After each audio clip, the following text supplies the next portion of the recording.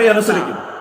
രണ്ടാം വത്തിക്കാൻ കൗൺസിലിന്റെ തുറവി ഏറ്റവും ആദ്യം സ്വീകരിച്ചത് ജസ്റ്റിസ് കുര്യൻ ജോസഫാണ്.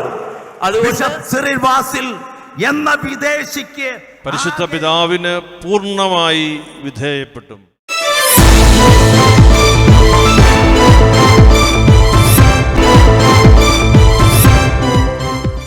നമസ്കാരം. വോയിസ് ഓഫ് ട്രൂത്തിന്റെ എല്ലാ മാന്യ പ്രേക്ഷകരുടെയും മുൻപിലേക്ക് മറ്റൊരു പ്രോഗ്രാമായിട്ട് വരുവാൻ ഞങ്ങൾക്ക് അഭിമാനമുണ്ട്, സന്തോഷമുണ്ട്. ഇത് പ്രത്യേകം എടുത്തു പറയുവാൻ കാരണം ഞങ്ങളുടെ കഴിഞ്ഞ പ്രോഗ്രാമിനെ വോയിസ് ഓഫ് ട്രൂത്തിന്റെ എല്ലാ പ്രേക്ഷകരും രണ്ട് കൈയും നീട്ടി സ്വീകരിച്ചു. അതിന് വളരെയധികം അഭിപ്രായങ്ങൾ എഴുതി, പോസിറ്റീവായിട്ടും നെഗറ്റീവായിട്ടുള്ള അഭിപ്രായങ്ങൾ വന്നു. എങ്കിലും അഭിപ്രായങ്ങൾ എഴുതി ഞങ്ങളെ അറിയിച്ചു എന്നുള്ളതാണ് ഞങ്ങൾ അതിനെ പോസിറ്റീവായിട്ട് കാണുന്ന കാര്യം. ഈ ഒരു പ്രോഗ്രാമിനെ പറ്റി ആദ്യമേ തന്നെ പ്രേക്ഷകരെ അറിയിക്കുവാനുള്ള കാര്യം, ഈ പ്രോഗ്രാം ആദ്യ അവസാനം നിങ്ങൾ കാണുക. അല്പസമയം ഇതിനു വേണ്ടി മാത്രം മാറ്റിവെക്കുക. കാര്യം ഇതിന്റെ തുടക്കം മുതൽ ഒടുക്കം വരെ പറയുന്ന ഓരോ കാര്യങ്ങളും ഇപ്പോൾ സീറോ മലബാർ സഭയിൽ നടക്കുന്ന അല്ലെങ്കിൽ വരാൻ പോകുന്ന സമയത്തേക്ക് സീറോ മലബാർ സഭയെ ബാധിക്കുന്ന പ്രശ്നങ്ങളാണ്, ബാധിക്കുന്ന വിഷയങ്ങളാണ്. നിങ്ങൾ ഓരോരുത്തരെയും ബാധിക്കുന്ന വിഷയങ്ങളാണ്, നിങ്ങൾ അറിയാൻ ആഗ്രഹിക്കുന്ന വിഷയങ്ങളാണ്. നമ്മൾ ഇന്ന് ഇവിടെ ചർച്ച ചെയ്യുന്ന വിഷയങ്ങളിൽ ചിലത് നിങ്ങളുടെ മുൻപിൽ ആദ്യമേ അവതരിപ്പിക്കുകയാണ്. മാർപ്പാപ്പയുടെ സന്ദേശത്തെ അല്ലെങ്കിൽ മാർപ്പാപ്പയുടെ കൽപ്പനയെ വളച്ചൊടിച്ച് അതിനെ വികൃതമാക്കിയ പെരുനുണയൻ ഷൈജുവിന്റെ കള്ളത്തരങ്ങൾ പൊളിച്ചെടുക്കുകയാണ് വോയിസ് ഓഫ് ട്രൂത്ത് ഈ ഒരു പ്രത്യേക പ്രോഗ്രാം വഴി. അതിനോടൊപ്പം തന്നെ മാർപ്പാപ്പയെ തെറ്റിദ്ധരുത്തി മാർപ്പാപ്പയെ പുതിയ വിശുദ്ധനാക്കാൻ ശ്രമിക്കുന്ന മിസ്റ്റർ കുര്യൻ ജോസഫിന്റെ പൊങ്ങച്ചത്തെ തുറന്നു കാട്ടുകയാണ് വോയിസ് ഓഫ് ട്രൂത്ത് ഈ പ്രോഗ്രാം വഴി. അതോടൊപ്പം മിസ്റ്റർ മുണ്ടാടൻ, മിസ്റ്റർ നരികുളം തുടങ്ങിയ എറണാകുളത്തെ പിശാച് ബാധിതരായ ലോഹധാരികളുടെ കള്ളത്തരങ്ങൾ പൊളിച്ചടുക്കുകയാണ് ഈ പ്രോഗ്രാം വഴി. കഴിഞ്ഞ ദിവസം എറണാകുളം പിശാച് ബാധിതരായ വിമതർ നടത്തിയ ശതാബ്ദി ആഘോഷത്തിന്റെ സമാപന ചടങ്ങിൽ നടന്ന വൈരുദ്ധാത്മിക സിദ്ധാന്തം നിങ്ങളുടെ മുൻപിൽ തുറന്നു കാട്ടുകയാണ് ഞങ്ങൾ. അതിന്റെ കൂടെ തന്നെ ഇത്തരം പൈശാചിക ശക്തികൾക്ക് സീറോ മലങ്കര സഭാ തലവൻ മാർ ബെസോലിയോസ് ക്ലീമിസ് പിതാവ് നൽകുന്ന ഉപദേശം എന്താണ് എന്ന് നിങ്ങളെ അറിയിക്കുകയാണ് ഞങ്ങൾ ഈ പ്രോഗ്രാം വഴി ചെയ്യുന്നത്. അപ്പോൾ ആദ്യം നമുക്ക് മിസ്റ്റർ നുണയന്റെ നുണപ്രവാഹത്തിലേക്ക് കിടക്കാം. എന്താണ് മിസ്റ്റർ ഷൈജു നമ്മുടെ മുൻപിൽ മാർപ്പാപ്പയുടെ സന്ദേശത്തെ വളച്ചൊടിക്കുന്നതിന് മുമ്പ് പറഞ്ഞ ചില പ്രത്യേക കാര്യങ്ങൾ? എറണാകുളം വിമതൻ പറയുന്ന പൈശാചിക ബാധിതനായ ഈ നുണയൻ പറയുന്ന കാര്യം നമ്മുടെ സഭയുടെ മുൻ തലവനായിരുന്ന കർദിനാൾ മാർ ജോർജ് ആലഞ്ചേരിയെയും മാർ ആൻഡ്രൂസ് താഴ്ത്തിനെയും വത്തിക്കാൻ പുറത്താക്കിയത് ഒട്ടുമേ ശരിയായില്ല. അവർ സീറോ മലബാർ സഭയ്ക്കെതിരെ ഗൂഢാലോചന നടത്തി, അല്ലെ നമ്മളെ നാണം കെടുത്തി എന്നൊക്കെ ഒരു നാണവും ലജ്ജയുമില്ലാതെ ഈ നുണയൻ തട്ടിവിടുന്ന ഒരു വീഡിയോ ആണ് നിങ്ങളുടെ മുൻപിൽ ആദ്യം നമ്മൾ കാണിക്കുവാൻ ആഗ്രഹിക്കുന്നത്. നമുക്ക് കാണാം. സീറോ മലബാർ സഭയ്ക്ക് വലിയ നാണക്കേടുണ്ടാക്കിക്കൊണ്ട് കർദിനാൾ ആലഞ്ചേരിയെയും ബിഷപ്പ് ആൻഡ്രൂസ് താഴത്തിനെയും അവർ വഹിച്ചിരുന്ന വലിയ ഉത്തരവാദിത്തങ്ങളിൽ നിന്നും അതിനുവേണ്ടി നൽകിയിരുന്ന ഉന്നതമായ പദവികളിൽ നിന്നും വത്തിക്കാൻ ഇതാ നിഷ്കാസിതരാക്കിയിരിക്കുന്നു. കർദിനാളിനോട് വത്തിക്കാൻ ചെയ്തത് സീറോ മലബാർ സഭയ്ക്ക് തന്നെ വലിയ അപമാനമുണ്ടാക്കുന്ന പ്രവൃത്തിയാണ് എന്ന അഭിപ്രായമാണ് എനിക്ക്. അടുത്ത മാസം സിനഡ് കൂടുകയാണ്. ആ സിനഡിൽ രാജി പ്രഖ്യാപിച്ച് മാന്യമായ ഒരു യാത്രയയപ്പം വാങ്ങി പുറത്തു പോകാനുള്ള അവസരമെങ്കിലും കർദിനാളിന് നൽകണമായിരുന്നു. ഇതുപോലൊരു അൺസെറിമോണിയൽ എക്സിറ്റ് വത്തിക്കാൻ ഈ സഭയോട് ചെയ്ത കടുത്ത അനീതിയാണ്. നമ്മളിതിൽ കണ്ടു. ഇവിടെ കർദിനാൾ മാർ ജോർജ് ആലഞ്ചേരിയെയും മാർ ആൻഡ്രൂസ് താഴത്തിനെയും മറ പിടിച്ചുകൊണ്ട് വത്തിക്കാനെയും പൗരസ്ത്യ തിരുസംഘത്തെയും കുറ്റം പറയുന്ന, അവരെ താറടിക്കുന്ന, ചീത്ത വിളിക്കുന്ന ഒരു വിമതനെയാണ് നമ്മൾ ഇവിടെ കാണുന്നത്. ഇതേ വിമതൻ തന്നെ നേരത്തെ പറഞ്ഞിട്ടുണ്ട്, കൽദായ സഭയിൽ നിൽക്കേണ്ട കാര്യം നമുക്കില്ല. എറണാകുളം രൂപത വിശ്വാസികൾ പുതിയ സഭയുണ്ടാക്കി മാറേണ്ട കാലം അതിക്രമിച്ചുവെന്ന് ഇതേ വിമതൻ പറയുന്ന വീഡിയോ നമുക്കൊന്ന് കേൾക്കാം. ഒന്നുറപ്പാണ്, എറണാകുളം അങ്കമാലി അതിരൂപതയുടെ സംസ്കാരവും എറണാകുളം അങ്കമാലി അതിരൂപത പിന്തുടരുന്ന ദൈവശാസ്ത്രവും എറണാകുളം അങ്കമാലി പാലിച്ചു പോരുന്ന രീതികളും ഒന്നും തന്നെ കൽദായ പാരമ്പര്യം ഉൾക്കൊള്ളുന്നവരുമായി ചേർന്നു പോകുന്നതല്ല. അതുകൊണ്ട് എത്രയും പെട്ടെന്ന് ഈ കൽദായ സഭയിൽ നിന്ന് വിട്ടുപോരുന്നത് മാത്രമാണ് ഉചിതം.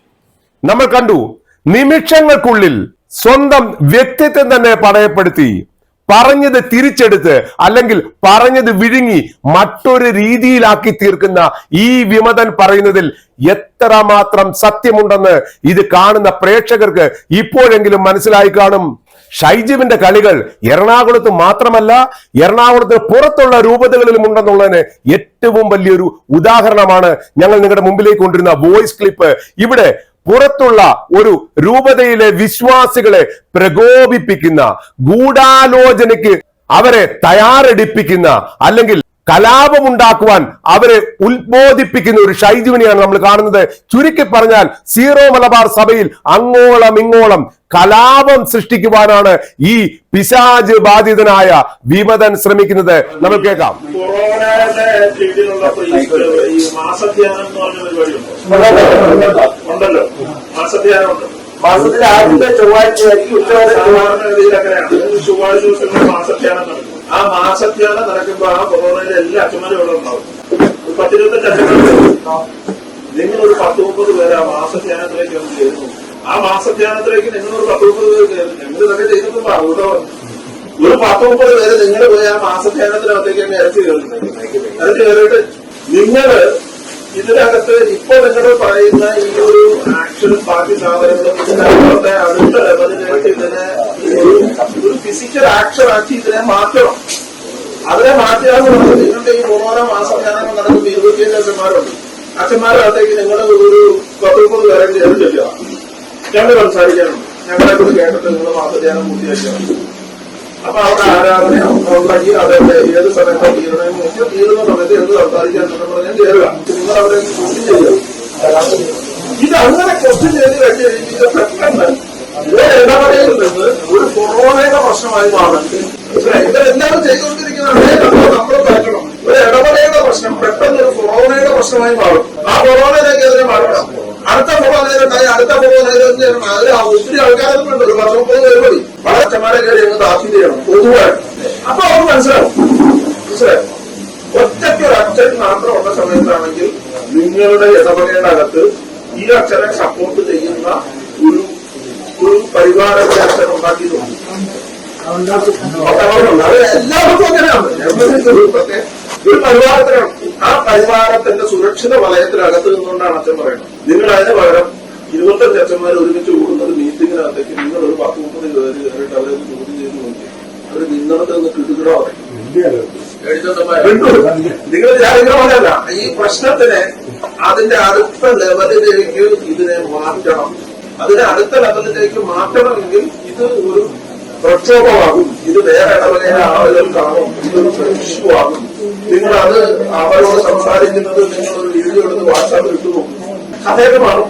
ഇത് എല്ലാവരും അതിന്റെ കഥയൊക്കെ മാറും. അത് വേറെ തരത്തിലേക്ക് മാറും. ഇത് മാറണമെങ്കിൽ നിങ്ങൾ ആരും ഇത് എന്റെ ഇടവകയുടെ പ്രശ്നമാണല്ലോ അങ്ങനെ സംസാരിച്ചാൽ ഇടവകയ്ക്ക് നാണക്കേടാവും. ഇതൊക്കെ നമ്മളെ വെറുതെ പറഞ്ഞു പറ്റിക്കും. നമ്മളെ നാണക്കേടുമില്ല. സിമ്പിളായിട്ട് ചെയ്യാൻ പറ്റും. അപ്പോൾ നമ്മൾ ഇതും കേട്ടു. ഇങ്ങനെ എവിടെ ചെന്നാലും കലാപമുണ്ടാക്കുക, ഗൂഢാലോചന നടക്കുക, നുണ പറയുക എന്നുള്ളതാണ് ഈ വിമതന്റെ അടിസ്ഥാന സ്വഭാവമെന്ന് നിങ്ങൾ നേരിട്ട് കണ്ടു കഴിഞ്ഞു. അങ്ങനെ ഏത് സമയത്തും നുണകൾ മാത്രം വിളിച്ചു പോകുന്ന ഒരു വ്യക്തിയുടെ വാക്കിന് വിലയില്ല എന്ന് ഏതൊരു വ്യക്തിയും മനസ്സിലാകും. കോടതികൾ തന്നെ അങ്ങനെയുള്ളവരെ വിശ്വസിക്കുവാൻ സാധിക്കാത്തവരെന്ന് പറഞ്ഞ് തള്ളിക്കളയാറുണ്ട്. ഈ വിമതനാണ് മാർപ്പാപ്പയുടെ സന്ദേശത്തെ വളച്ചൊടിക്കുന്നത്. അത് അക്കമിട്ട് നിർത്തുന്നുണ്ട്. അതിനിടയ്ക്ക് ബൈബിൾ വചനങ്ങളും പറയുന്നുണ്ട്. നിങ്ങളൊക്കെ ഒന്ന് പ്രത്യേകം ശ്രദ്ധിച്ചോണേ. ഈ ബൈബിൾ വചനങ്ങളൊക്കെ ഒന്ന് പഠിച്ചിരിക്കുന്നത് നല്ലതാ. കാര്യം മുൻപോട്ട് പോകുമ്പോൾ നിങ്ങൾക്കത് ആവശ്യമായി വരും. ഇത് ഷൈജുവിന്റെ സുവിശേഷമാണ്. അപ്പോൾ ഈ വിദ്വാൻ എന്താണ് മാർപ്പാപ്പയുടെ സന്ദേശത്തെ വളച്ചൊടിച്ചു പറയുന്നത് എന്ന് നമുക്കൊന്ന് കേട്ടു നോക്കാം. കർദിനാൾ ആലഞ്ചേരിയും ആൻഡ്രൂസ് മെത്രാനും അരങ്ങൊഴിഞ്ഞു. വത്തിക്കാൻ അവരുടെ രാജി പ്രഖ്യാപിച്ച ശുഭമുഹൂർത്തത്തിൽ തന്നെ വളരെ ഗൗരവത്തോടെ നമ്മൾ കാണേണ്ട ഒരു സംഭവം നടന്നു. അത് മാർപ്പാപ്പയുടെ ഒരു വീഡിയോ സന്ദേശമാണ്. നമ്മൾ സ്നേഹിക്കുന്ന മാർപ്പാപ്പ നമ്മുടെ ബിഷപ്പുമാരിൽ തെറ്റിദ്ധരിക്കപ്പെടുകയും അതുവഴി പാപ്പയുടെ സ്റ്റേറ്റ്മെന്റുകളിൽ പോലും തെറ്റുകൾ കടന്നുകൂടുകയും വൈരുദ്ധ്യങ്ങൾ ഉണ്ടാവുകയും ചെയ്യുന്നത് നമുക്ക് വേദനാജനകമാണ്. ഗൗരവതരമായ ഒരു നടപടിയെടുത്ത് സഭാ തലവനെ അടക്കം പുറത്താക്കിയപ്പോൾ അവരെ ഒന്ന് മയപ്പെടുത്താനുള്ള ഒരു കോമ്പൻസേറ്ററി ആക്ട് മാത്രമാണതെന്നും വളരെ വ്യക്തമാണ്. എന്നാൽ പ്രശ്നം അവിടെയല്ല. മാർപ്പാപ്പയുടെ ഒരു അപ്പീലിൽ അഥവാ പുനർചിന്തയ്ക്കായുള്ള ഒരു അപേക്ഷയിൽ എങ്ങനെയാണ് വസ്തുതാവിരുദ്ധമായ കാര്യങ്ങൾ കടന്നു വരുന്നത് എന്ന് ചിന്തിക്കേണ്ടതുണ്ട്. 20 പാരഗ്രാഫുകളുള്ള മാർപ്പാപ്പയുടെ അപ്പീലിൽ അനവധി വസ്തുതാവിരുദ്ധമായ പരാമർശങ്ങളുണ്ട്. അപ്പോൾ പെരുനുണയൻ വിമതൻ പറഞ്ഞത് എന്താണ്? മെത്രാൻമാരാൽ തെറ്റിദ്ധരിപ്പിക്കപ്പെട്ട മാർപ്പാപ്പയുടെ സന്ദേശത്തിൽ തെറ്റുകൾ കടന്നുകൂടിയിരിക്കുന്നു. മാർപ്പാപ്പ തെറ്റു പറഞ്ഞിരിക്കുന്നു. ഇത് തന്നെയല്ലേ മിസ്റ്റർ കുര്യൻ ജോസഫും പറയുന്നത്?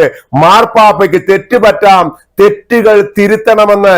അപ്പോൾ ഇവരുടെ രണ്ടുപേരുടെയും ഭാഷയിലുള്ള സാമ്യം നിങ്ങൾ ശ്രദ്ധിക്കണം. രണ്ടുപേരും ഒരേ കാര്യങ്ങൾ പറയുന്നു. അപ്പോൾ ഇതിന്റെ പുറകിലുള്ള ഗൂഢാലോചന എന്താണ്? നമ്മുടെ പെരുന്നുണയൻ ഷൈജുവും മിസ്റ്റർ കുര്യൻ ജോസഫും പറയുന്ന വാചകങ്ങൾ പോലും ഒന്നുപോലെയായിരിക്കുന്നു. നമ്മൾ കുര്യൻ ജോസഫിന്റെ വാക്കുകൾ കേൾക്കാം. എന്താണ് അദ്ദേഹം പറയുന്നത്? മാർപ്പാപ്പയ്ക്ക് തെറ്റ് പറ്റാം, അല്ലെങ്കിൽ മാർപ്പാപ്പയ്ക്ക് തെറ്റ് പറ്റി എന്ന് പറയുന്ന വാക്കുകൾ നമുക്ക് കേൾക്കാം. സിറോ മലബാർ സഭയുടെ ഹൈറാർക്കി സ്ഥാപിക്കപ്പെട്ടതിൻ്റെ 100-ാം വർഷമാണ്. ഗളച്ഛേദം ചെയ്യപ്പെടും എന്നുണ്ടെങ്കിലും വിളിച്ച് പറയാതിരിക്കാൻ വയ്യ. പരസ്യമായിട്ട് ഞാൻ പറഞ്ഞായിരുന്നു, നമ്മുടെ ഇടയിൽ സമാധാനം ഉണ്ടാകണമെന്നുണ്ടെങ്കിൽ സംഭാഷണം ഉണ്ടാവണം. ദൈവം പോലും മനുഷ്യനോട് സംഭാഷിച്ചുകൊണ്ടാണ് ആ നഷ്ടപ്പെട്ടു പോയ മകനെ തിരിച്ചു നീ എവിടെയെന്ന് ചോദിച്ചുകൊണ്ട് വേദനിച്ചുകൊണ്ടാണ്. സംഭാഷണം ദൈവം മുൻകൈ എടുത്ത് ആരംഭിക്കുകയായിരുന്നു. നമ്മുടെ രക്ഷാകര ചരിത്രത്തിൻ്റെ ആ ആരംഭം മുതൽ നമ്മൾ, സൃഷ്ടിയുടെ ചരിത്രത്തിൻ്റെ ആരംഭം മുതൽ നമ്മൾ കാണുന്നത് ഈ സംഭാഷണമാണ്. വീണ്ടും കടുത്ത നടപടികളിലേക്ക് പോകുന്നു എന്ന് കണ്ടപ്പോൾ, പോഞ്ഞകൊള്ളി പുറത്ത് എന്നുള്ളൊരു സമീപനം കണ്ടപ്പോൾ, മാർപ്പാപ്പയെ നമ്മൾ അംഗീകരിക്കുന്നു, മാർപ്പാപ്പയെ നമ്മൾ ആദരിക്കുന്നു, മാർപ്പാപ്പയെ നമ്മൾ സ്നേഹിക്കുന്നു. പക്ഷേ മാർപ്പാപ്പയ്ക്ക് തെറ്റ് പറ്റാം. തെറ്റ് പറ്റിയിട്ടുണ്ടെങ്കിൽ ആ തെറ്റ് തിരുത്താനായിട്ട്, അത് തെറ്റിപ്പോയിട്ടുണ്ടെങ്കിൽ തെറ്റാണെന്ന് പറയാനായിട്ടുള്ള ആർജവത്വം അധികാരപ്പെട്ടവരും അവകാശപ്പെട്ടവരും ചുമതലപ്പെട്ടവരും പറയണം. കാരണം മാർപ്പാപ്പ സത്യം അറിയണം. സത്യം അറിയുന്ന ഒരു മാർപ്പാപ്പയാണെന്നുണ്ടെങ്കിൽ സത്യത്തെ തമസ്കരിക്കാൻ മാർപ്പാപ്പ തയ്യാറാവില്ല. അപ്പൊ സത്യത്തോട് ഒരു തുറവികൾ, കാരണം സത്യം തന്നെയാണ് യേശു ക്രിസ്തു. അപ്പൊ ആ സത്യം എന്താണ് എന്ന് മാർപ്പാപ്പയെ ധരിപ്പിക്കാനായിട്ട് തീർച്ചയായിട്ടും ഇപ്പോഴത്തെ അപ്പസ്തോലിക് അഡ്മിനിസ്ട്രേറ്ററായിട്ട് നമുക്ക് കിട്ടിയിട്ടുള്ള ബോസ്കോ പിതാവിന് കഴിയട്ടെ. നമ്മൾ കേട്ടു മിസ്റ്റർ കുര്യൻ ജോസഫ് പറയുന്നു മാർപ്പാപ്പയ്ക്ക് തെറ്റ് പറ്റാം, ആ തെറ്റ് മാർപ്പാപ്പ തിരുത്തണമെന്ന്. ഇതേ വായ് കൊണ്ടാണ് കുര്യൻ ജോസഫ് പറഞ്ഞത്, എന്റെ മനസാക്ഷി ക്രിസ്തുവിൽ കേന്ദ്രീകരിച്ച മനസാക്ഷിയാണ്, ക്രിസ്തുവിന്റെ മനസാക്ഷിയാണ് എന്ന്. നമ്മൾക്ക് ആദ്യം അതൊന്ന് കേൾക്കാം. എന്താണ് ഇദ്ദേഹം പറഞ്ഞത്? എൻ്റെ മനസാക്ഷി ഒരു ക്രൈസ്തവ മനസാക്ഷി എന്നുള്ള നില ക്രിസ്തുവിൽ കേന്ദ്രീകൃതമാണ്. ക്രിസ്തു കേന്ദ്രീകൃതമായ ഒരു മനസാക്ഷി, ക്രിസ്തുവിൽ കേന്ദ്രീകൃതമായിട്ട് മുന്നോട്ട് പോകാൻ നമുക്ക് കഴിയണം. ആ ക്രിസ്തുവിനെ കേന്ദ്രീകരിച്ച് മുന്നോട്ട് പോകുമ്പോൾ ക്രിസ്തുവിന് നിരക്കാത്ത എല്ലാത്തിൽ നിന്ന് നമ്മൾ മാറുകയും ചെയ്യണം. എന്നിലെ പരിശുദ്ധാത്മാവ് തോന്നിപ്പിച്ചത്. നമ്മൾ കേട്ടു കുര്യൻ ജോസഫ് പറയുന്നു എന്റെ മനസാക്ഷി ക്രിസ്തുവിൽ കേന്ദ്രീകൃതമാണ്, ക്രിസ്തുവിന്റെ മനസ്സാക്ഷിയാണ് എന്റേതെന്ന്. അപ്പോൾ ക്രിസ്തു പറഞ്ഞ ഒരു വാചകം മിസ്റ്റർ കുര്യൻ ജോസഫിനെ ഓർമ്മിപ്പിക്കുവാൻ ഞാൻ ആഗ്രഹിക്കുക. ക്രിസ്തു പത്രോസിനോട് പറഞ്ഞു, പത്രോസേ നീ പാറയാകുന്നു, നിന്റെ പാറമേൽ ഞാൻ എന്റെ പള്ളി പണിയും. നീ ഭൂമിയിൽ കെട്ടുന്നതൊക്കെയും സ്വർഗത്തിൽ കെട്ടപ്പെട്ടിരിക്കും, നീ ഭൂമിയിൽ അഴിക്കുന്നതൊക്കെയും സ്വർഗത്തിൽ അഴിക്കപ്പെട്ടിരിക്കും. അങ്ങനെ കത്തോലിക്ക തിരുസഭയുടെ, ക്രിസ്തുവിന്റെ സഭയുടെ ആദ്യത്തെ മാർപ്പാപ്പയ്ക്ക് തെറ്റാവരം കൊടുത്ത് കർത്താവ് തന്നെ അനുഗ്രഹിച്ചിരിക്കുകയാണ്. അതേ മാർപ്പാപ്പയുടെ പിൻഗാമിയായ മാർപ്പാപ്പമാർക്ക് തെറ്റാവരമുണ്ട് എന്നുള്ള വിശ്വാസമാണ് കത്തോലിക്ക സഭയുടെ അടിസ്ഥാന വിശ്വാസം. ആ വിശ്വാസത്തിന് ഇടങ്കോലിട്ടുകൊണ്ടാണ് മിസ്റ്റർ കുര്യൻ പറയുന്നത് മാർപ്പാപ്പയ്ക്കും തെറ്റാം, അദ്ദേഹത്തിന് തെറ്റുപറ്റിയെങ്കിൽ അത് തിരുത്തണമെന്ന്. അപ്പോൾ മാർപ്പാപ്പയുടെ തെറ്റാവരത്തെ അംഗീകരിക്കുന്നില്ല, അല്ലെങ്കിൽ മാർപ്പാപ്പയ്ക്ക് തെറ്റിപ്പോയി എന്ന് പറയുമ്പോൾ നമ്മുടെ കർത്താവ് പത്രോസിന് നൽകിയ വരം തന്നെ തെറ്റാണെന്നല്ലേ മിസ്റ്റർ കുര്യൻ ജോസഫ് താങ്കൾ പറയുന്നത്? ആ പറയുന്ന നാവ് കൊണ്ട് താങ്കൾ എങ്ങനെയാണ് ക്രിസ്തുവിന്റെ മനസ്സാക്ഷിയുള്ളവനാകുന്നത്, ക്രിസ്തു ശിഷ്യനാകുന്നത് എന്ന് കുര്യൻ ജോസഫിനോട് നേരിട്ട് ചോദിക്കുവാൻ ഞങ്ങൾ ആഗ്രഹിക്കുകയാണ്. ക്രിസ്തുവിന്റെ മനസ്സാക്ഷിയുള്ളവൻ ക്രിസ്തുവിന്റെ വാക്കുകൾ അനുസരിക്കും. ക്രിസ്തു തന്റെ അരുമ ശിഷ്യന് നൽകിയ അധികാരം അനുസരിക്കും. അതേ അധികാരമുള്ള മാർപ്പാപ്പയ്ക്ക് തെറ്റുപറ്റി, അദ്ദേഹത്തിന് തെറ്റുകൾ പറ്റാം, തിരുത്തണമെന്നൊക്കെ പറയുമ്പോൾ സഭയെ തന്നെ വെല്ലുവിളിക്കുകയല്ലേ മിസ്റ്റർ കുര്യൻ ജോസഫ്? താങ്കൾ കത്തോലിക്ക സഭയിൽ താങ്കൾ എങ്ങനെ നിലനിൽക്കും? താങ്കൾ പറയുന്നു ഞാൻ കത്തോലിക്ക സഭയെ സ്നേഹിക്കുന്നുവെന്ന്. എന്നാൽ കത്തോലിക്ക സഭയ്ക്ക് തന്നെ എതിരായിട്ട് സംസാരിക്കുന്ന വ്യക്തി, മാർപ്പാപ്പയുടെ അപ്രമാദിത്തെ അംഗീകരിക്കാത്ത വ്യക്തി എങ്ങനെ കത്തോലിക്കനാകും? മറ്റുള്ള ക്രൈസ്തവ വിഭാഗങ്ങളും കത്തോലിക്കരും തമ്മിലുള്ള ഒരേ ഒരു വ്യത്യാസം, അത് മാർപ്പാപ്പയെ അംഗീകരിക്കുന്ന, മാർപ്പാപ്പ പറയുന്ന കാര്യങ്ങളിൽ വിശ്വാസം അർപ്പിക്കുന്ന ഒരു ജനതതി എന്നുള്ളതാണ്. നിങ്ങളൊക്കെ മാർപ്പാപ്പയെ തള്ളിപ്പറഞ്ഞപ്പോൾ തന്നെ നിങ്ങളൊക്കെ കത്തോലിക്ക തിരുസഭയിൽ നിന്ന് പുറത്തു പോയിരിക്കുന്നു മിസ്റ്റർ കുര്യൻ ജോസ് എന്ന് മനസ്സിലാക്കുക എന്ന് മാത്രമേ ഞങ്ങൾക്കിപ്പോൾ പറയുവാനുള്ളൂ. ഇവിടെ എറണാകുളത്തെ വിമത നേതാവ് ഷൈജു പറയുന്നത് മാർപ്പാപ്പയുടെ 20 പേജുള്ള സന്ദേശം രാജിവെച്ച കർദിനാളിന്റെയും മാർ ആൻഡ്രൂസ് താഴത്തിന്റെയും രാജിക്ക് ഒരു കോമ്പൻസേറ്ററി ആക്ട് എന്ന നിലയിൽ മാത്രം കണ്ടാൽ മതി അതിനെ. അല്ലാതെ ആ സന്ദേശത്തിന് അല്ലെങ്കിൽ ആ കൽപ്പനയ്ക്ക് ഒരു വിലയുമില്ല എന്നുള്ളതാണ്. അതൊരു അപ്പീലായിട്ടാണ് മിസ്റ്റർ ഷൈജു പറയുന്നത്. അപ്പോൾ ഈ ഷൈജുവിനോടൊരു ചോദ്യം, മിസ്റ്റർ ഷൈജു, ഇതൊരു അപ്പീലാണോ, അതോ ഇതൊരു കൽപ്പനയാണോ, അതോ ഇതൊരു റിക്വസ്റ്റ് ആണോ? എന്താണ് നിങ്ങൾക്ക് അതിൽ നിന്ന് മനസ്സിലായത്? മാർപ്പാപ്പയുടെ സന്ദേശത്തെ പൂർണ്ണമായിട്ടും വളച്ചൊടിക്കുന്ന, വസ്തുതാ വിരുദ്ധമായി അതിനെ ചിത്രീകരിക്കുന്ന വിമത നേതാവേ, നിങ്ങൾ മാത്രമല്ല ബുദ്ധിമാൻ. ചിന്താശക്തിയുള്ള 130 കോടി ജനങ്ങളുള്ള കത്തോലിക്ക സഭയിൽ 55 ലക്ഷത്തോളം വരുന്ന സീറോ മലബാർ സഭയിൽ നിങ്ങളെക്കാളും ചിന്താശക്തിയുള്ളവരും നിങ്ങളെക്കാളും സഭയുടെ പഠനങ്ങൾ അറിയാവുന്ന വൈദികരും മെത്രാന്മാരും അൽമായരുമുള്ള ഒരു സഭയാണ് സീറോ മലബാർ സഭ. 5 ലക്ഷത്തിൽ പരം വരുന്ന എറണാകുളം അതിരൂപതയിലും നിങ്ങളെക്കാളും ചിന്താശക്തിയുള്ളവരുണ്ട് എന്ന് നിങ്ങൾ ഓർക്കണം. മാർപ്പാപ്പയുടെ ഈ സന്ദേശത്തിൽ വസ്തുതാവിരുദ്ധമായിട്ടുള്ള കാര്യങ്ങൾ ഉണ്ടെന്നാണ് മിസ്റ്റർ ഷൈജു പറയുന്നത്. നമ്മൾക്കൊന്ന് കേൾക്കാം മിസ്റ്റർ ഷൈജു എന്താണ് പറയുന്നത്. 12ാമത്തെ പാരഗ്രാഫിൽ ഇങ്ങനെ പറയുന്നു: നിങ്ങളുടെ സഭയുടെ പാതയിൽ നിന്ന് നിങ്ങൾ വ്യതിചലിച്ചു പോകാതെ സിനഡിന്റെയും നിങ്ങളുടെ മെത്രാന്മാരുടെയും മേജർ ആർച്ച് ബിഷപ്പിന്റെയും ഒപ്പം സഞ്ചരിക്കുക. നിങ്ങളുടെ സിനഡ് എടുത്ത തീരുമാനം നടപ്പാക്കുക. നിങ്ങൾ ഓർക്കണം, മേജർ ആർച്ച് ബിഷപ്പിന്റെ രാജി സ്വീകരിച്ച് പുറത്താക്കിക്കൊണ്ടുള്ള അതേ സമ്മേളനത്തിൽ വായിച്ച കത്തിലാണ് നിങ്ങൾ മേജർ ആർച്ച് ബിഷപ്പിനൊപ്പം സഞ്ചരിക്കൂ എന്ന് ആഹ്വാനം ചെയ്യുന്നത്. എന്തൊരു വിരോധാഭാസമാണത്. നമ്മൾ കേട്ടു മിസ്റ്റർ ഷൈജുവിന്റെ വാദഗതി വളരെ വിചിത്രമാണ്. 12ാം നമ്പർ പാരഗ്രാഫിൽ പറയുന്ന പ്രകാരം മാർപ്പാപ്പ പറയുന്നു, നിങ്ങൾ നിങ്ങളുടെ മെത്രാന്മാരുടെയും മേജർ ആർച്ച് ബിഷപ്പിന്റെയും പാത പിന്തുടരുക, അവരെ അനുഗമിക്കുക എന്ന് മാർപ്പാപ്പ പറഞ്ഞ ആ ഒരു വാചകത്തെയാണ് മിസ്റ്റർ ഷൈജു പറയുന്നത്. ഇത് വിരോധാഭാസമാണ്. അതിന് പറയാൻ കാരണം ആ സമയത്ത് മേജർ ആർച്ച് ബിഷപ്പ് ഇല്ല എന്നുള്ളതാണ് ഈ വിദ്വാൻ പറഞ്ഞു വെക്കുന്നത്. മാർപ്പാപ്പ അവിടെ എന്താണ് പറഞ്ഞത്? നിങ്ങൾ നിങ്ങളുടെ മെത്രാന്മാരുടെയും മേജർ ആർച്ച് ബിഷപ്പിന്റെയും പാത പിന്തുടരുക, അവരെ അനുസരിക്കുക, അവര് പറയുന്നത് കേൾക്കുക എന്നാണ്. ശരിക്കും ഈ ഷൈജു ജന്മനാ ഒരു പൊട്ടനാണോ, അതോ ജന്മന ഒരു മന്ദബുദ്ധിയാണോ, അതോ പിന്നീട് ജീവിത സായാഹ്നങ്ങളിൽ ജീവിച്ച് ഇങ്ങനെ ആയിത്തീർന്നതാണോ എന്നാരെങ്കിലും സംശയം ചോദിച്ചാൽ അവരെ കുറ്റപ്പെടുത്തുവാൻ ഒക്കത്തില്ല. കാരണം മാർപ്പാപ്പ നേരെ പറഞ്ഞ കാര്യങ്ങളെ ഇതുപോലെ വളച്ചൊടിക്കുവാൻ മറ്റൊരാൾക്കും സാധിക്കുകയില്ല എന്നുള്ളതാണ് സത്യം. കാരണം ഇവിടെ മാർപ്പാപ്പ പറഞ്ഞത് നിങ്ങളുടെ മേജർ ആർച്ച് ബിഷപ്പ് എന്ന, അല്ലാതെ മാർ ജോർജ് ആലഞ്ചേരി എന്നല്ല മിസ്റ്റർ വിമത എന്ന് താങ്കളോട് പറയുവാൻ ഞാൻ ആഗ്രഹിക്കുക. അല്ലെങ്കിൽ ഈ വിമതന്റെ വാക്കുകൾ അതേപടി വിശ്വസിക്കുന്ന ചില വിശ്വാസികളോട് പറയുവാൻ ആഗ്രഹിക്കുക. മാർപ്പാപ്പ ഇവിടെ പറഞ്ഞത് നിങ്ങൾ നിങ്ങളുടെ മേജർ ആർച്ച് ബിഷപ്പിനെ പിന്തുടരുക എന്നുള്ളതാണ്. മാർ ജോർജ് ആലഞ്ചേരി എന്ന് പറയുന്ന വ്യക്തി അല്ല സഭയുടെ മേജർ ആർച്ച് ബിഷപ്പ് എന്ന് പറയുന്ന പരമോന്നതമായിട്ടുള്ള സ്ഥിരമായിട്ടുള്ള സംവിധാനം. അദ്ദേഹം മേജർ ആർച്ച് ബിഷപ്പ് സ്ഥാനത്തിരുന്നപ്പോൾ അദ്ദേഹമായിരുന്നു മേജർ ആർച്ച് ബിഷപ്പ്. അദ്ദേഹം സ്ഥാനത്യാഗം ചെയ്തു കഴിഞ്ഞപ്പോൾ അദ്ദേഹം മേജർ ആർച്ച് ബിഷപ്പ് അല്ല. എന്നാൽ ആ സമയത്തും സീറോ മലബാർ സഭയ്ക്ക് മേജർ ആർച്ച് ബിഷപ്പ് സ്ഥാനമുണ്ട്. ഇവിടെ പ്രത്യേകം ഓർമ്മിക്കേണ്ട കാര്യം, കർദിനാൾ മാർ ജോർജ് ആലഞ്ചേരി പിതാവ് തന്റെ രാജി വത്തിക്കാൻ അംഗീകരിച്ചിരിക്കുന്നു. ആയതിനാൽ തന്നെ എന്റെ രാജി ഇതാ ഞാൻ ഇവിടെ പ്രഖ്യാപിക്കുന്നു എന്ന് പറഞ്ഞ അതേ ലെറ്ററിൽ തന്നെ അദ്ദേഹത്തിന് പകരക്കാരനായിട്ട് കുരിയ ബിഷപ്പാണ് ആ സ്ഥാനം നിർവഹിക്കുന്നതെന്ന് പ്രത്യേകം പറയുന്നുണ്ട്. അതിനോടൊപ്പം തന്നെ അഡ്മിനിസ്ട്രേറ്റർ ആയിരുന്ന മാർ ആൻഡ്രൂസ് താഴത്തിന്റെ ഒരു സർക്കുലറും ഇറങ്ങിയിരുന്നു.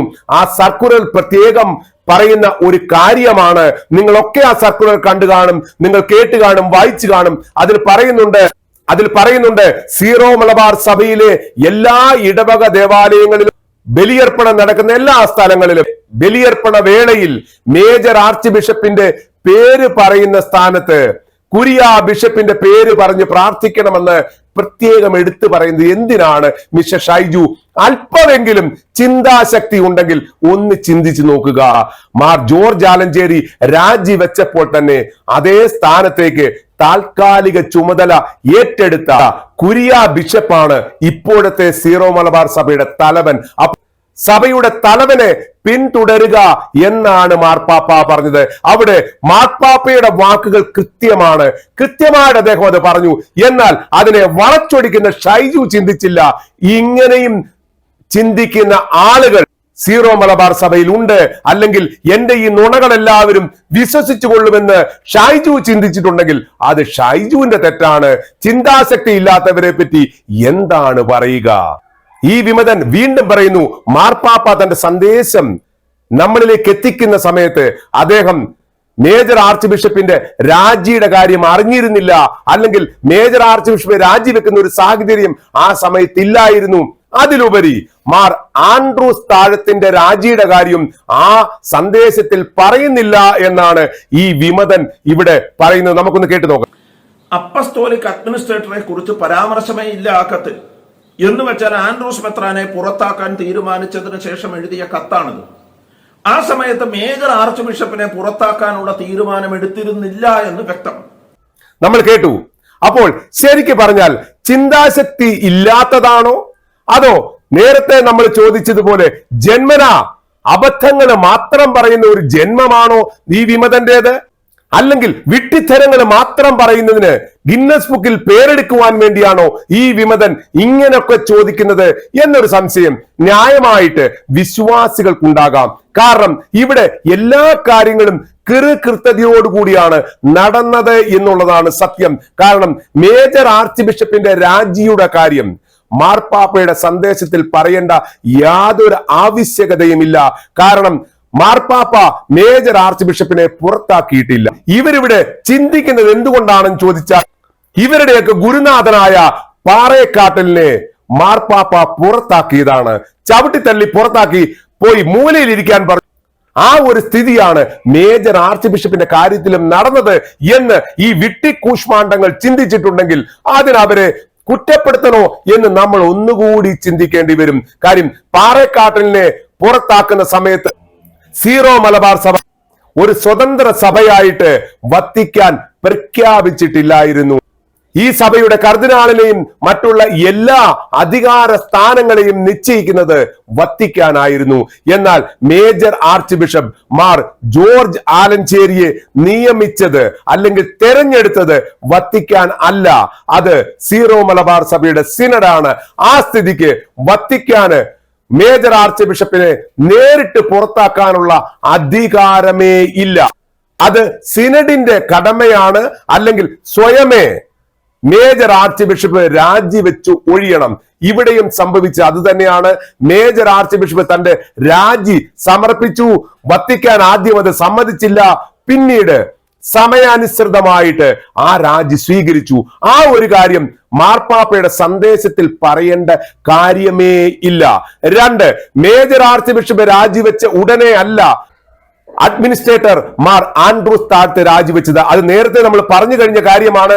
കാരണം മേജർ ആർച്ച് ബിഷപ്പിന്റെ രാജിക്ക് ശേഷം അതിന് പകരമായിട്ട് കുരിയ ബിഷപ്പിന്റെ പേര് പരിശുദ്ധ ബലിയർപ്പണത്തിനിടയ്ക്ക് പറയണം എന്ന് പറഞ്ഞുകൊണ്ട് മാർ ആൻഡ്രൂസ് താഴത്തിന്റെ സർക്കുലർ നമുക്കറിയാം. അതിന്റെ അർത്ഥം അതിന് ശേഷമാണ് മാർ ആൻഡ്രൂസ് താഴത്തിന്റെ രാജി നടന്നത്. അത് പ്രഖ്യാപിച്ചത് തന്നെ കുരിയ ബിഷപ്പാണ് എന്നും നമ്മൾ അറിയണം. അതും മാർപ്പാപ്പയുടെ സന്ദേശത്തിൽ പറയേണ്ട യാതൊരു കാര്യവുമില്ല. അതിനോടൊപ്പം തന്നെ ഇവർ ഈ പറയുന്ന മാർപ്പാപ്പയുടെ സന്ദേശം നേരത്തെ റെക്കോർഡ് ചെയ്ത് അന്നേ ദിവസം ടെലികാസ്റ്റ് ചെയ്തതാണ്. അപ്പോൾ വത്തിക്കാൻ തന്നെ നേരത്തെ സമയവും കാലവും നിശ്ചയിച്ച് മാർ ജോർജ് ആലഞ്ചേരി പിതാവിനോട് തന്റെ രാജി സ്വീകരിച്ച കാര്യം മാധ്യമങ്ങളെ സ്വയം അറിയിക്കുകയാണ് ചെയ്തത്. അതേ സമയത്ത് തന്നെ കുരിയ ബിഷപ്പ് മാർ ആൻഡ്രൂസ് താഴത്തും രാജിവെച്ച കാര്യം പറയുകയും അതിന് പകരം ബോസ്കോ പുത്തൂർ ചാർജ് എടുത്ത കാര്യം അറിയിക്കുകയും അതേ സമയത്ത് തന്നെ വത്തിക്കാനിൽ നിന്ന് മാർപ്പാപ്പയുടെ സന്ദേശം ബ്രോഡ്കാസ്റ്റ് ചെയ്യുകയാണ് ഉണ്ടായത്. അപ്പോൾ നിങ്ങൾക്ക് ഏകദേശം കാര്യങ്ങൾ മനസ്സിലായി കാണും. എല്ലാ കാര്യങ്ങളും വത്തിക്കാൻ തീരുമാനിച്ചുറച്ചതുപോലാണ് നടന്നത്. അല്ലാതെ മിസ്റ്റർ ഷൈജു പറയുന്നത് പോലെ ആ എഴുത്തുകളിൽ ഒന്നുമില്ല, മാർപ്പാപ്പയുടെ സന്ദേശത്തിൽ ഈ കാര്യമില്ല, അതുകൊണ്ട് ആ സമയത്ത് ജോർജ് ആലഞ്ചേരി രാജിവെക്കുവാൻ തയ്യാറല്ലായിരുന്നു, പിന്നീട് പിടിച്ചു പുറത്താക്കി എന്നൊക്കെ പറയുന്ന ശുദ്ധ അസംബന്ധങ്ങൾ ഇത് എറണാകുളത്തുള്ള വിമതരോട് പറഞ്ഞാൽ മാത്രം മതി ഷൈജു എന്നാണ് വിശ്വാസികൾക്ക് പറയാനുള്ളത്. കാരണം ഷൈജുവിന്റെ ഈ വിഡ്ഢിത്തരങ്ങൾ വിശ്വസിക്കുവാൻ മാത്രം വിഡ്ഢികളല്ല സീറോ മലബാർ സഭയിലെ 55 ലക്ഷം വിശ്വാസികൾ എന്നാണ് മിസ്റ്റർ ഷൈജുവിനെ ഓർമ്മിപ്പിക്കുവാൻ ഞങ്ങൾ ആഗ്രഹിക്കുന്നത്. വീണ്ടും മാർപ്പാപ്പയുടെ സന്ദേശത്തെ വളച്ചൊടിക്കുകയാണ് മിസ്റ്റർ ഷൈജു ചെയ്യുന്നത്. മാർപ്പാപ്പ സന്ദേശത്തിൽ പറയുന്നു, നിങ്ങൾ സിനഡിനോടൊപ്പം സഞ്ചരിക്കുക, നിങ്ങളുടെ സിനഡ് തീരുമാനിച്ച കാര്യങ്ങൾ നിങ്ങൾ നടപ്പിൽ വരുത്തുക, നിങ്ങൾ അംഗീകരിക്കുക എന്ന്. ഇവിടെയും ഈ കുളം കലക്കി പറയുന്നത് അങ്ങനെയാണെങ്കിൽ ഞങ്ങൾ അംഗീകരിക്കേണ്ടത് മാർ ബോസ്കോ പുത്തൂരിന്റെ കമ്മിറ്റി നിശ്ചയിച്ച കാര്യങ്ങളാണ് എന്നുള്ളതാണ്. നമ്മൾ കേൾക്കാം ഷൈജു എന്താണ് ഇതിനെപ്പറ്റി പറയുന്നത്. മാർപ്പാപ്പ പറയുന്നത് സിനഡിനൊപ്പം സഞ്ചരിക്കണമെന്നാണ്. നിങ്ങളുടെ സിനഡ് തീരുമാനിച്ച കാര്യം നടപ്പിലാക്കുക എന്നാണ് മാർപ്പാപ്പയുടെ ആഹ്വാനം. അങ്ങനെയെങ്കിൽ നമ്മൾ നടപ്പിലാക്കേണ്ടത് ബിഷപ്പ് ബോസ്കോ പുത്തൂരിന്റെ നേതൃത്വത്തിലുള്ള സിനഡൽ കമ്മിറ്റി ചർച്ചകളിലൂടെ ഉണ്ടാക്കിയ പരിഹാര നിർദ്ദേശങ്ങളാണ്. ആ പരിഹാര നിർദ്ദേശങ്ങൾ അംഗീകരിച്ചു എന്നതാണ് ലിറ്റർജി വിഷയത്തിൽ സിനഡിന്റെ അവസാന തീരുമാനം. അതിനു മുമ്പുള്ള തീരുമാനങ്ങളെല്ലാം അതോടെ അസാധുവായി. ഏകകണ്ഠമായി സിനഡ് തീരുമാനിക്കുകയും പോസിറ്റീവ് റെക്കമെൻഡേഷനോടെ വത്തിക്കാനിലേക്ക് അയക്കുകയും ചെയ്ത ആ നിർദ്ദേശങ്ങൾ മാത്രമാണ് നമ്മൾ അനുസരിക്കേണ്ടത്. 2023 സെപ്റ്റംബർ 12 സിനഡ് ഫോർവേഡ് ചെയ്ത ആ പ്രപ്പോസൽസ് മാർപ്പാപ്പയെ അറിയിച്ചിട്ടില്ല എന്നാണ് നമ്മൾ മനസ്സിലാക്കേണ്ടത്. നിലവിൽ നമുക്ക് ബാധകമായിട്ടുള്ളത് അത് മാത്രമാണ്, മറ്റൊന്നും നമുക്ക് ബാധകമേ അല്ല. മാർ ബോസ്കോ പുത്തൂർ ഉണ്ടാക്കിയ ആ പ്രപ്പോസൽസ് അട്ടിമറിക്കാനുള്ള ആൻഡ്രൂസ് മെത്രാന്റെ കുതന്ത്രങ്ങളാണ് ബാക്കിയെല്ലാം. നമ്മൾ അതിനെയും ചെറുത്ത് തോൽപ്പിക്കേണ്ടതുണ്ട്. നമ്മൾ കേട്ടു ഷൈജു വളരെ വിദഗ്ധമായി ഇതിനെ വളച്ചൊടിക്കുവാൻ ശ്രമിക്കുക. ഈ ഷൈജു തന്നെ പറയുന്നു, ഈ ഒരു കത്ത് അല്ലെങ്കിൽ ബോസ്കോ പുത്തൂർ അയച്ച ഈ ശുപാർശ കത്ത് മാർപ്പാപ്പ കണ്ടിട്ടില്ല എന്ന്. വീണ്ടും വിഡ്ഢിത്തരങ്ങൾ പറഞ്ഞ്, വീണ്ടും നുണകൾ പറഞ്ഞ് ജനങ്ങളെ വിഡ്ഢികളാക്കുവാനാണോ മിസ്റ്റർ ഷൈജു ശ്രമിക്കുന്നത്? മാർപ്പാപ്പ വ്യക്തവും ശക്തവുമായ ഭാഷയിൽ പറഞ്ഞു, നിങ്ങൾ ചെയ്യുന്ന എല്ലാ കാര്യങ്ങളും എനിക്കറിയാം, എറണാകുളം നടക്കുന്ന എല്ലാ പ്രശ്നങ്ങളും ഞാൻ പഠിച്ചു, ഞാൻ കണ്ടു എന്ന് മാർപ്പാപ്പ പറയുമ്പോൾ ഞങ്ങൾ വിശ്വാസികൾ ആരും പറയില്ല മാർപ്പാപ്പ കള്ളത്തരം പറയുന്നു എന്ന്. അത് നിങ്ങൾ മാത്രമേ പറയത്തുള്ളൂ. നിങ്ങൾ ഇവിടെ പറയുന്നു ഞങ്ങൾ മാർപ്പാപ്പ പറഞ്ഞതനുസരിക്കുകയാണെങ്കിൽ മാർ ബോസ്കോ പുത്തൂരിന്റെ അധ്യക്ഷതയിലുള്ള കമ്മിറ്റി, ആ കമ്മിറ്റിയിൽ എത്ര പേരായിരുന്നു നമുക്കറിയാം. 5 പേര് എറണാകുളത്ത് തന്നെയുള്ള ഇപ്പോൾ സർവീസിലുള്ള മെത്രാന്മാരും മറ്റുള്ള 4 മെത്രാന്മാരും. ഇങ്ങനെയാണ് ഇവിടെ 9 മെത്രാന്മാരുടെ സമിതി. അതിൽ ബോസ്കോ പുത്തൂർ അധ്യക്ഷനായിരുന്നു. ഇവർ ഈ കമ്മിറ്റി ഉണ്ടാക്കുമ്പോൾ എറണാകുളത്തെ വിശ്വാസികൾ മാർ ബോസ്കോ പുത്തൂരിനെ കാണുകയും ഇതിനെപ്പറ്റി ചോദിക്കുകയും ചെയ്തപ്പോൾ അദ്ദേഹം പറഞ്ഞു എന്ന് പറഞ്ഞ് അറിയുന്ന കാര്യം, ഈ കമ്മിറ്റി എറണാകുളത്തുള്ള സഭാവിരുദ്ധരുടെ കണ്ണിൽ പൊടിയിടുവാൻ വേണ്ടി മാത്രമുള്ളതാണ്, അല്ലെങ്കിൽ അവരെ ഒന്ന് ആശ്വസിപ്പിക്കുവാൻ വേണ്ടി മാത്രമുള്ളതാണ്. കാരണം സിനഡിന് ഇനിയും കുർബാന പ്രശ്നത്തിൽ ഒരു തീരുമാനമെടുക്കുവാൻ ഒക്കത്തില്ല. അതിന് പ്രത്യേക കാരണമുള്ളത് മാർപ്പാപ്പയുടെ അഡ്മിനിസ്ട്രേറ്ററും മാർപ്പാപ്പയുടെ പേപ്പർ ഡെലിഗേറ്റും എറണാകുളത്ത് നിയമിതനായതിനു ശേഷം സിനഡിന് ഇങ്ങനെയുള്ള അധികാരങ്ങൾ നഷ്ടപ്പെട്ടു. എങ്കിലും ഞങ്ങൾ ഈ കമ്മിറ്റി രൂപീകരിച്ചത് അവരെ ഒന്ന് തണുപ്പിക്കുവാനാണ്. ഇതിന്റെ ഒരു റിപ്പോർട്ടും വത്തിക്കാനിലേക്ക് പോകുകയില്ല എന്ന് മാർ ബോസ്കോ പുത്തൂർ പറഞ്ഞു എന്നാണ് വിശ്വാസികൾ പറയുന്നത്. എന്നിട്ട് ഇവർ ഈ റിപ്പോർട്ട് അയച്ചു.